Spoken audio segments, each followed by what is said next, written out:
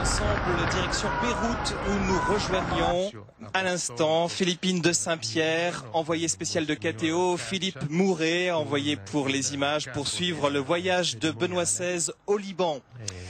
Troisième visite d'un pape au pays du Cèdre. Benoît XVI vient signer aujourd'hui, en cette fête de la Croix Glorieuse, l'exhortation apostolique post-synodale après l'Assemblée spéciale des évêques du Synode pour le Moyen-Orient qui s'est tenue au Vatican il y a 2 ans, c'était au mois d'octobre 2010. Alors à nos côtés, Flavio Esposito, qui sera la voix du pape quand le pape parlera une autre langue que le français. Apparemment, Benoît XVI va faire tous ses discours en français. Et puis, un invité, Antoine Fleifel. Bonjour. Vous êtes docteur en philosophie et en théologie, maître de conférences à l'Université catholique de Lille. Vous êtes responsable des relations avec les universités soutenues de par le monde par l'œuvre d'Orient. Vous serez avec nous, le commentateur, un peu l'expert de ce voyage du pape Benoît XVI qui foule maintenant dans quelques instants, pour la première fois en tant que pape, le sol libanais.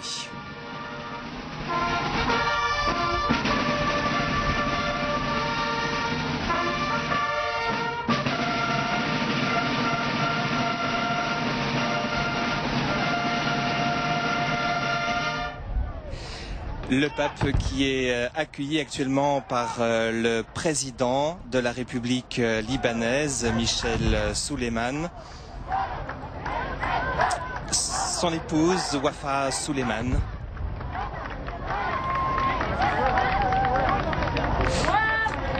le président du Parlement, Monsieur Nabi Berri, et son épouse,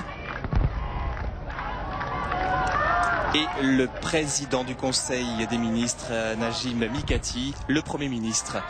On aura l'occasion de parler des rôles de chacun entre le président qui est élu.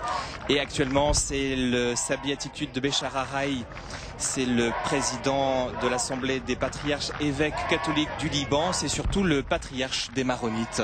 Et c'est lui qui va représenter les évêques catholique, Antoine Fleifel, on peut dire que c'est lui qui va être un peu la voix des évêques pendant ce voyage. Oui, tout à fait.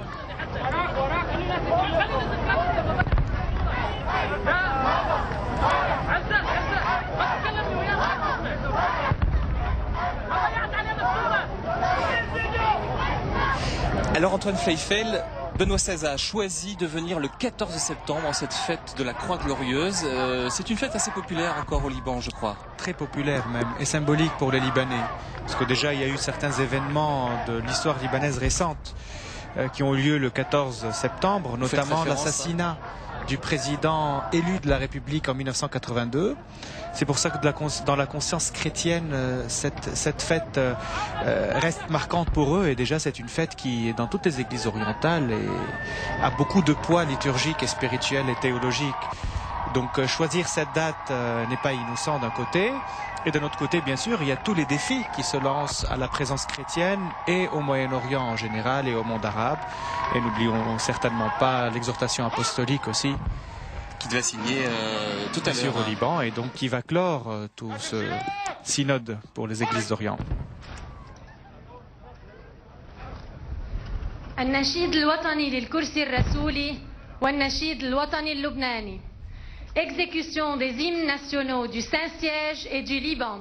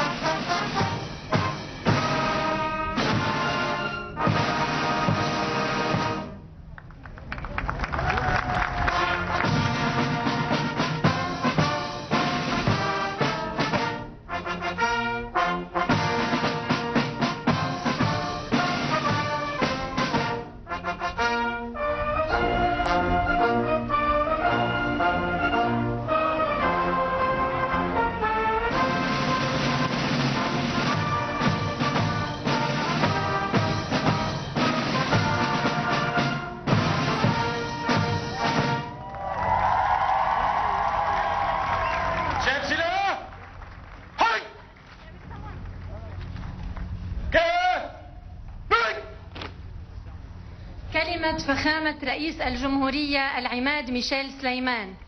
Allocution de son Excellence le Président de la République libanaise, le général Michel Sleiman. قداسة الحبر الأعظم تأتون إلينا Sainteté, vous venez chez nous en tant que successeur de Saint Pierre et en tant que successeur de Jean-Paul II dans une visite officielle et spirituelle. Le Saint-Siège et le Liban sont liés par des relations historiques continues. Et le Saint-Siège joue un grand rôle pour que le Liban continue à vivre son message d'ouverture, de paix. Et aujourd'hui, la famille libanaise vous accueille dans toutes ces communautés. Et elle vous est reconnaissante. Tout le Liban vous est reconnaissant et vous l'avez décrit comme étant un trésor et un exemple de convivialité. Vous avez voulu, par votre visite au Liban, dire à tout le monde l'importance de notre pays dans sa diversité et son unité.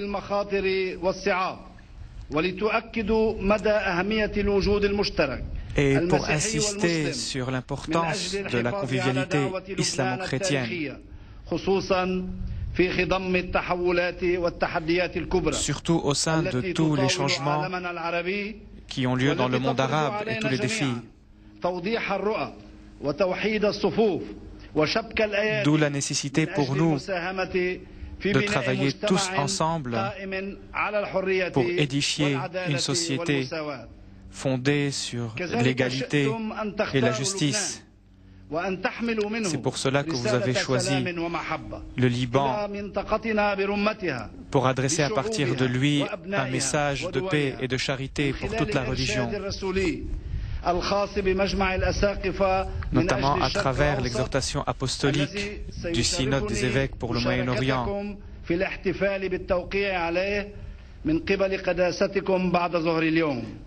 Et j'assisterai à la signature de l'exhortation avec votre sainteté.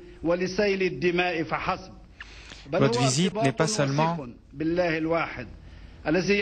pour vous mettre en faux contre la violence,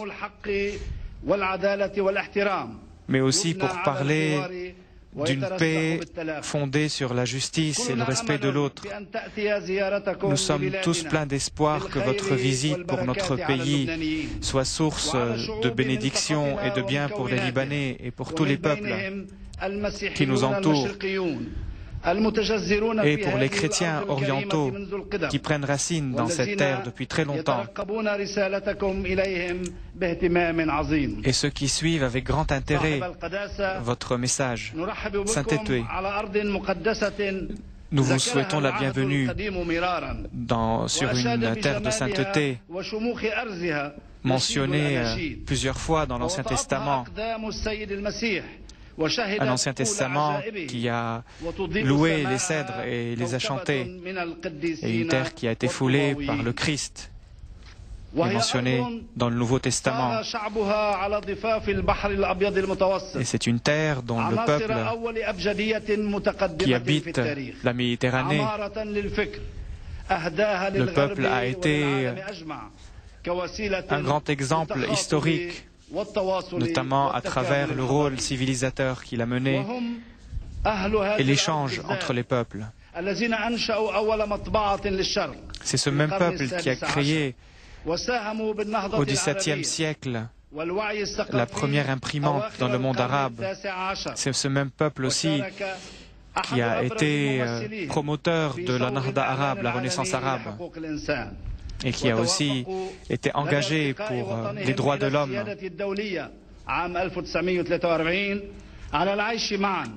Et qui a insisté en 1943 sur un vivre ensemble en établissant un régime politique fondé sur le respect la croyance religieuse de tous. Un régime politique qui ne fait pas la différence entre les citoyens. Ce régime qui permet à toutes les confessions différentes de participer au gouvernement et de trouver dans le pays un espace vital pour elles. Et tout régime libanais qui pourrait s'opposer à ce vivre ensemble, cette convivialité, ne sera pas accepté.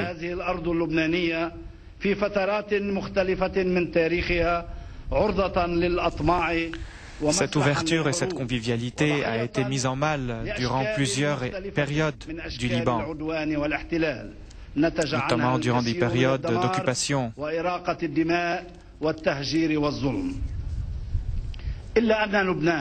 Sauf que le Liban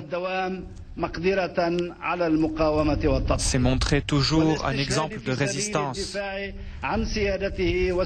pour défendre sa souveraineté, sa liberté et son unité. Il a réussi à renouveler sa convivialité, à se reconstruire au retour des réfugiés.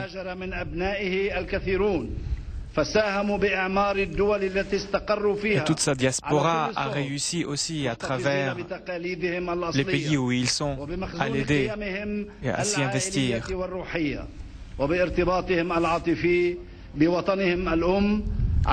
Notamment à travers la relation affective qu'ils ont eue avec leur mère patrie, ce qui a constitué une grande richesse pour le Liban et qui a contribué à ce qu'il soit un exemple.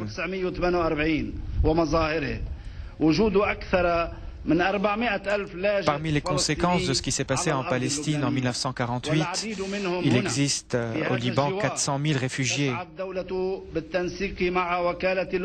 dont l'État libanais essaie, en collaboration avec l'UNRWA, de résoudre le problème. Et c'est pour nous une occasion pour rappeler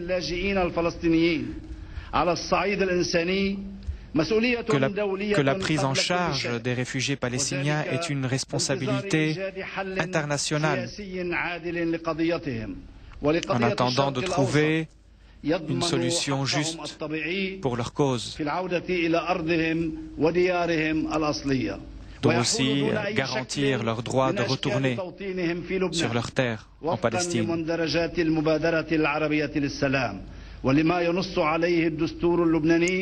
Cela s'oppose au projet voulant les établir au Liban, qui s'oppose à la politique libanaise.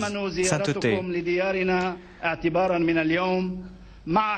votre visite s'accompagne par la célébration de la Sainte Croix dans l'Église libanaise.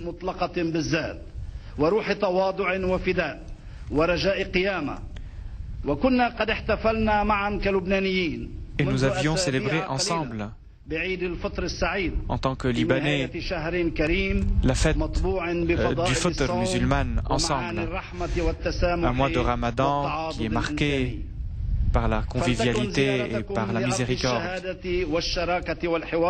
Que votre visite soit une insistance sur le dialogue et l'ouverture incarnés par le pays du Cèdre. Nous renouvelons avec votre sainteté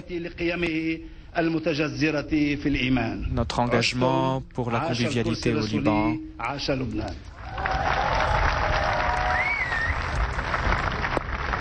Le discours d'accueil du président Michel Souleiman qui accueille Benoît XVI pour la première fois sur cette terre. Allocution de sa sainteté, le pape chrétien Benoît maronite, XVI. comme le veut la Constitution depuis 1946. C'est maintenant Benoît XVI qui va donner son discours. Première prise de parole du pape sur le sol libanais.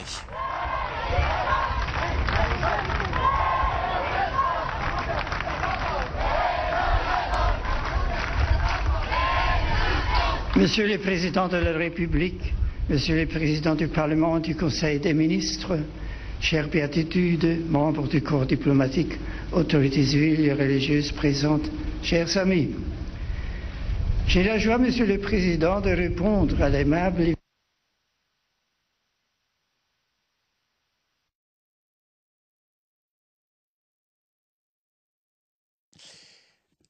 Nous allons retrouver Benoît XVI. Visite dans votre pays. Elle souligne l'excellence des relations qui existent depuis toujours entre le Liban et le Saint-Siège. Elle voudrait contribuer à les renforcer. Cette visite est aussi la réponse à celle que vous m'avez faite au Vatican en novembre 2008 et plus récemment en février 2011, visite qui a été suivie 9 mois plus tard par celle de M. le Premier ministre. C'est lors de la seconde de nos rencontres que la majestueuse statue de Saint-Maron a été bénie. Sa présence silencieuse au chevet de la basilique Saint-Pierre rappelle de manière permanente le Liban sur le lieu même où l'apôtre Pierre a été enseveli. Elle manifeste un héritage spirituel séculaire en confirmant la vénération des Libanais pour le premier des apôtres et pour ses successeurs. C'est pour marquer leur grande dévotion à Simon-Pierre que le patriarche maronite ajoute à leur prénom celui de Poutros. Il est beau de voir que des sanctuaires péténiens, Saint-Maron intercède continuellement pour votre pays et pour l'ensemble du Moyen-Orient. Je vous remercie par avance, Monsieur le Président, pour tous les efforts entrepris en vue de la bonne réussite de mon séjour parmi vous. Un autre motif de ma visite est la signature et la remise de l'exhortation apostolique post-synodale de l'Assemblée spéciale pour le Moyen-Orient du Synode des évêques Ecclesia Medio Oriente. Il s'agit là d'un événement ecclésial important. Je remercie tous les patriarches catholiques qui se sont déplacés, et plus particulièrement le patriarche émérite, le cher cardinal Nassala Boutros Feir, et son successeur, le patriarche Bechara Boutros Rai.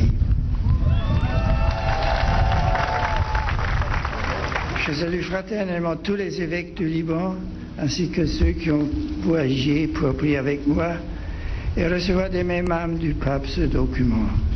À travers eux, je salue paternellement tous les chrétiens du Moyen-Orient. Destinés à l'ensemble du monde, l'exhortation se propose d'être pour eux une feuille de route pour les années à venir. Je me réjouis également de pouvoir rencontrer durant ces 6 jours, ces jours-ci, de nombreuses représentants des communautés catholiques de votre pays, de pouvoir célébrer et prier ensemble. Leur présence, leur engagement et leur témoignage sont une contribution reconnue et hautement appréciée dans la vie quotidienne de tous les habitants de votre cher pays. Je tiens à saluer aussi avec grande déférence les patriarches évêques orthodoxes venus me recevoir, ainsi que les représentants de diverses communautés religieuses du Liban. Votre présence, chers amis, démontre l'estime et la collaboration que vous souhaitez promouvoir entre tous dans le respect mutuel. Je vous remercie pour vos efforts et je suis certain que vous continuez à rechercher des voies d'unité et de concorde. Je n'oublie pas les événements tristes et douloureux qui ont affligé votre beau pays durant de longues années. L'heureuse convivialité toute libanaise doit démontrer à l'ensemble du Moyen-Orient et au reste du monde qu'à l'intérieur d'une nation peuvent exister la collaboration entre les différentes églises, toutes membres de l'unique Église catholique, dans l'esprit fraternel de communion avec les autres chrétiens, et dans le même temps la convivialité et le dialogue respectueux entre les chrétiens et leurs frères d'autres religions. Vous savez comme moi que cet équilibre qui est présenté partout comme un ensemble est extrêmement délicat. Il menace parfois de se rompre lorsqu'il est tendu comme un arc, ou en milieu à des pressions qui sont trop souvent partisanes ou intéressées, contraires, étrangères à l'harmonie à la douceur libanaise. C'est là qu'il faut faire preuve de réelle modération et de grande sagesse. Et la raison doit prévaloir sur la passion unilatérale pour favoriser le bien commun de tous. Le grand roi Salomon qui connaissait Hiram, le roi de Tyr, n'a-t-il pas jugé que la sagesse était la vertu suprême? C'est pourquoi il a demandé à Dieu instamment, et Dieu lui donna un cœur sage et intelligent. Je vois bien aussi pour dire combien est importante la présence de Dieu dans la vie de chacun et combien la façon de vivre ensemble, cette convivialité, son désir témoigner votre pays ne sera profonde que si elle est fondée sur le regard accueillant, une attitude de bienveillance envers l'autre, que si elle est enracinée en Dieu qui désire que tous les hommes sont frères. Le fameux équilibre libanais qui veut continuer à être une réalité peut se prolonger grâce à la bonne volonté et à l'engagement de tous les Libanais. Alors seulement il servira le modèle aux habitants de toute la région et au monde entier. Il ne s'agit pas uniquement d'une œuvre humaine, mais de don de Dieu qu'il faut demander avec insistance, préserver à tout prix et consolider avec détermination. Il y a entre le Liban et le successeur de Pierre sont historiques et profonds. Monsieur le Président, chers amis, je viens au Liban comme un pèlerin de paix, comme un ami de Dieu et comme un ami des hommes. Salam et otikum, je vous donne la paix, dit le Christ. Au-delà de votre pays, je viens aussi aujourd'hui, symboliquement, dans tous les pays du Moyen-Orient, comme un pèlerin de paix, comme un ami de Dieu et comme un ami de tous les habitants de tous les pays de la région, quelle que soit leur appartenance et leur croyance. Alors aussi le Christ dit, Salam et otikum. Vos joies et vos peines sont continuellement présentes dans ma prière et je demande à Dieu de vous accompagner et de vous soulager. Je puis vous assurer que je prie particulièrement pour tous ceux qui souffrent dans cette région. Ils sont nombreux. La statue de Saint-Maron me rappelle ce que vous vivez et endurez. Monsieur le Président, je sais que votre pays me prépare un bel accueil, je le vois, un accueil chaleureux, l'accueil que l'on réserve à un frère, aimé et respecté. Je sais que votre pays veut être digne de l'Ahlan wa Sahlan libanais. Il est déjà et sera dernièrement encore plus. Je suis heureux d'être avec vous tous. Que Dieu vous bénisse tous. Léo Berek, Al-Rab Jamiakom. Merci.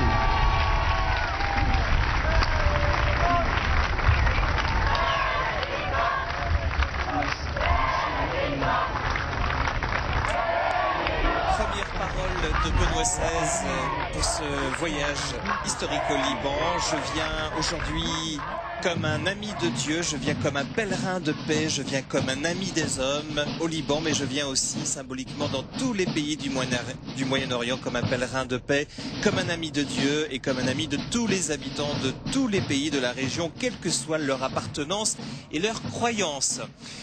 Nous rejoignons Philippine de Saint-Pierre, envoyée spéciale de KTO pour suivre ce voyage. Philippine, bonjour.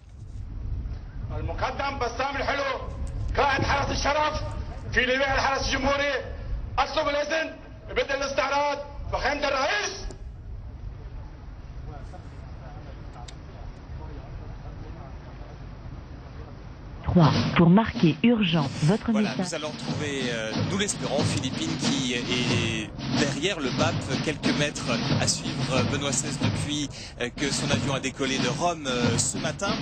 Alors Antoine Fleifel, on peut revenir sur ses premiers mots très importants. D'abord du président, ensuite du pape. Il y a un thème commun entre les deux, c'est le vivre ensemble. Le président a dit ce vivre ensemble qui est connu dans notre pays, attention à ce qu'il ne soit pas menacé. On pense qu'il faisait référence à une situation politique à la fois historique mais aussi présente. Et puis Benoît XVI qui a insisté pour que cette unité ne soit pas menacée.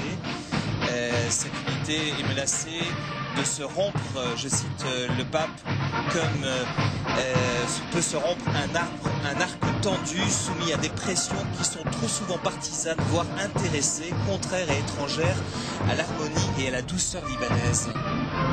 Oui, tout à fait. Je crois que dans ce qui est dit, notamment dans le discours du pape, il est fait référence à toutes les tensions qui existent dans tout le Moyen-Orient, dans tout ce qui se passe. Et c'est certaines tensions qui sont parfois importées au Liban. Je parle des extrémismes, notamment l'islamisme montant et le salafisme, dont nous pouvons voir certaines manifestations à Tripoli par exemple, dans d'autres régions. Et ce sont vraiment des éléments étrangers à la convivialité islamo-chrétienne arabe que nous avons connue au Liban. Et bien sûr, les deux sont en train de faire référence à ça. Et le président de la République libanaise, en parlant des difficultés que le Liban a pu affronter durant plusieurs époques de son histoire, et notamment maintenant, évoque aussi cela, parce que ces tensions interconfessionnelles sont en train d'avoir une influence directe sur ce qui se passe au Liban.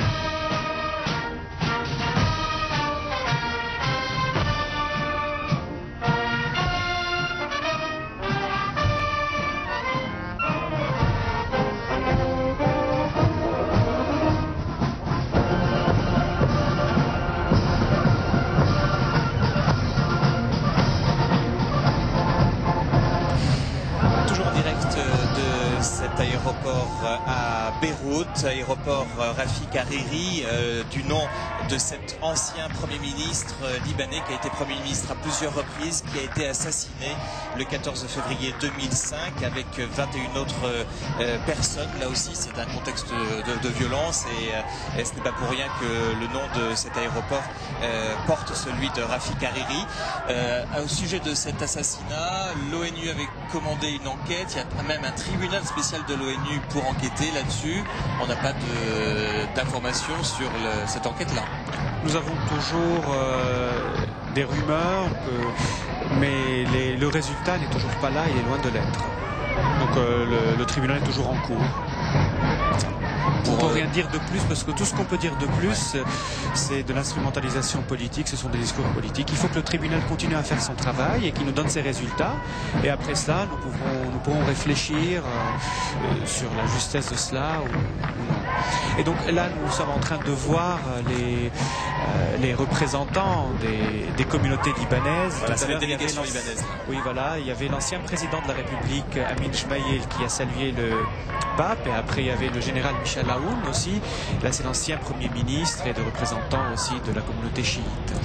Voilà, merci Antoine, nous avons retrouvé Philippine de Saint-Pierre. Bonjour Philippine. Vous êtes à quelques mètres du pape depuis cette matinée et vous étiez dans l'avion qui a transporté Benoît XVI jusqu'à Beyrouth. Alors, qu'est-ce qu'a dit Benoît XVI, l'état d'esprit du pape pour ce voyage et puis le sens de son voyage en quelques mots?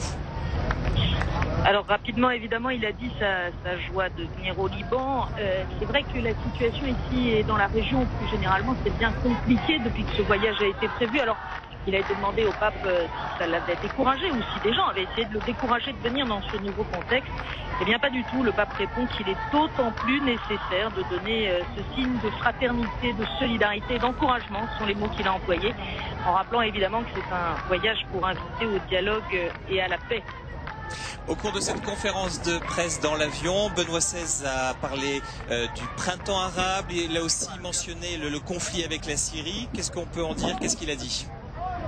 Alors, il s'est réjoui, très nettement, à propos des printemps arabes. C'est quelque chose de positif, a-t-il dit, en particulier cette aspiration de la jeunesse qui est plus éduquée à participer à la vie de la société, cette aspiration à une démocratie participative. Mais en même temps, évidemment...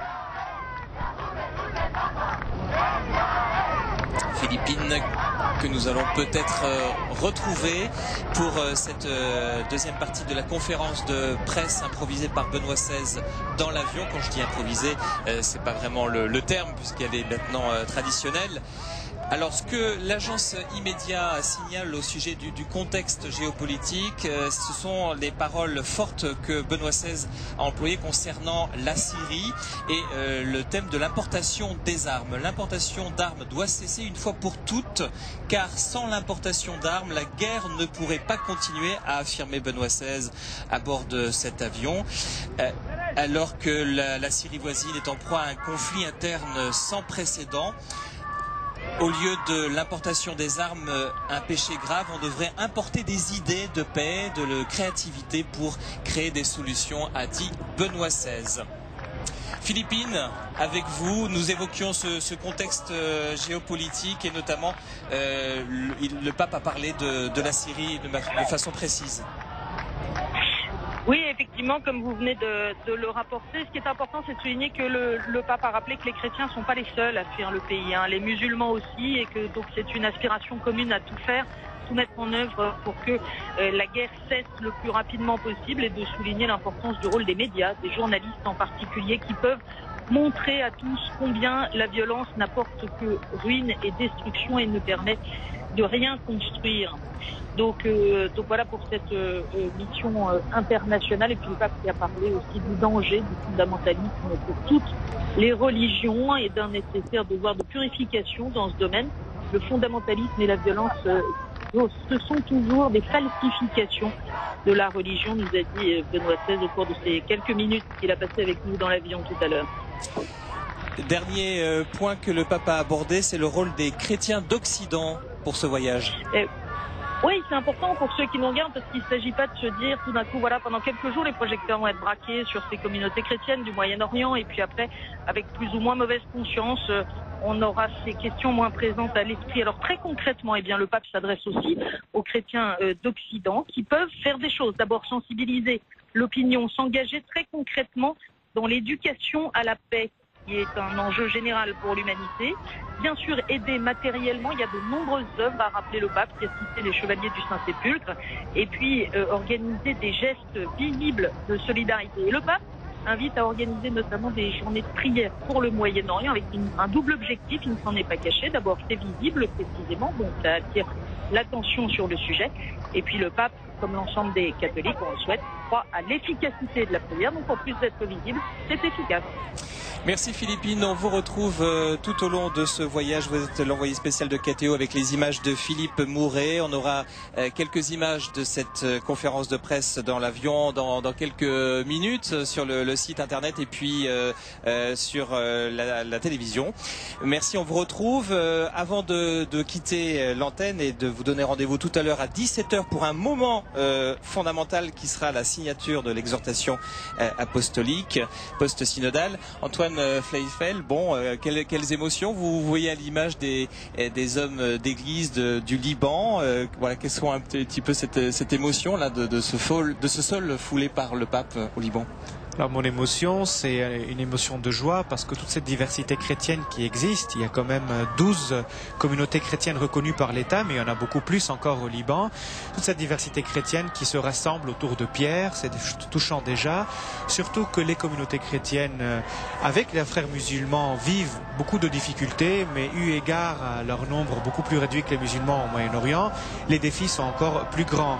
Et donc voir que tous ces chrétiens se rassemblent autour du Saint-Père pour essayer essayer ensemble de trouver une solution pour l'avenir, pour leur présence et pour leur témoignage, est vraiment très touchant. Là, nous sommes toujours au stade émotionnel, bien sûr, mais tout à l'heure, nous allons passer à un autre niveau de la question, un niveau beaucoup plus sérieux et qui ouvre des horizons d'avenir beaucoup plus établis. Voilà, enfin, excusez-moi ce cliché, mais quand on est oriental, l'émotion, c'est important quand même, hein. Ça fait partie du message. Ça passe parfois avant la raison.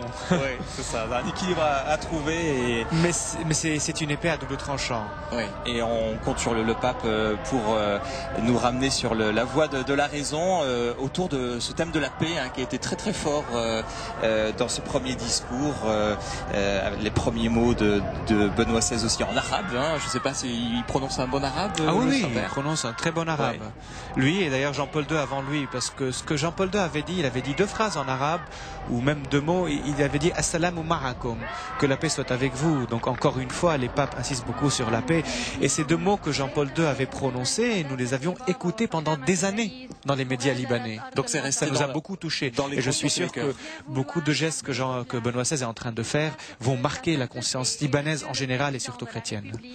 Et rejoint le salon présidentiel. Merci. Voilà, merci Antoine Fleisfeld. On se retrouve tout à l'heure à 17h pour la 2e étape de ce voyage de Benoît XVI au Liban. Ça sera la signature de l'exhortation apostolique post-synodale après l'assemblée du synode qui s'est tenue il y a 10 ans au Vatican. Premier synode pour le Moyen-Orient. Il y a déjà eu un synode pour le Liban, mais c'est le premier synode pour l'ensemble des églises du Moyen-Orient.